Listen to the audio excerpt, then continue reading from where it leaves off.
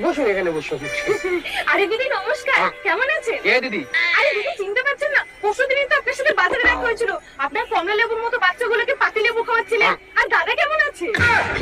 এ দাদা, আর তখন থেকে কি আপনি দিদি দিদি করছেন? বুঝতে পারছি বিয়ের পর অনেক কিছু বদলে যায়, কিন্তু তুমি তোমার বরকে তো ভুলে যেতে পারো না। এই তুমি দেখতে পাচ্ছ না আমি মেয়ে না ছেলে? না না না না, আমি মানছি না। আপনারা কেউ মানছেন? আমারও একটা কাকি ছিল, তারও গাড়ি গোপ বেরোতো, কিন্তু সে মেনে নিত সে লেডিস। কিন্তু আপনি মানছেন না কেন বলুন তো? দিদি, আপনি লেডিস সিটে বসে নিজেকে যদি জেন্টস বলেন তাহলে কেউ মানবে? কিছু তো গন্ডগোল আছে, ডাক্তার দেখান।